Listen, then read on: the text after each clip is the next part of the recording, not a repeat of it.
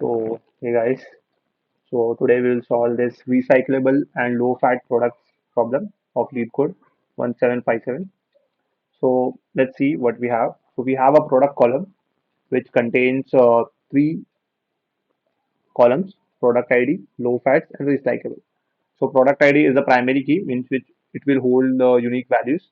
Low fat is of type NM and recycle is of type NM. So, NM type is basically if you want to predefine the columns with a certain value. Suppose here we are defining it with y and n. Means the column will only contain values y and n. That's all. That's the reason why we define certain columns as n of type. So here we have low fats and recyclable. So if the low fat the product is of low fat, then this low fat value will hold y. Otherwise, it will hold n basically.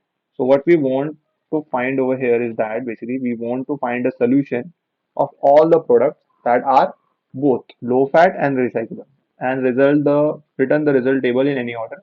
The result format in the format. So we have given a table test case. So here we have the two products basically, product 1 and product 3, which will be of type low fat, also of type recyclable. See, here you get a value.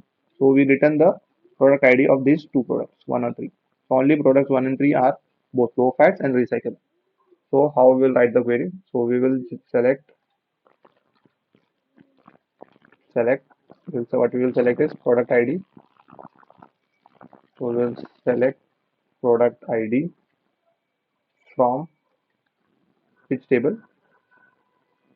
Okay, what is it? From which table? From table products. Okay. And the next thing we want to write is where condition where the low fat columns hold the value y,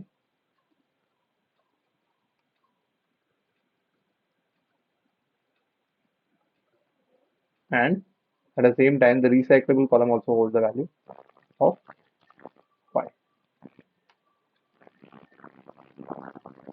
Okay. Let me indent it.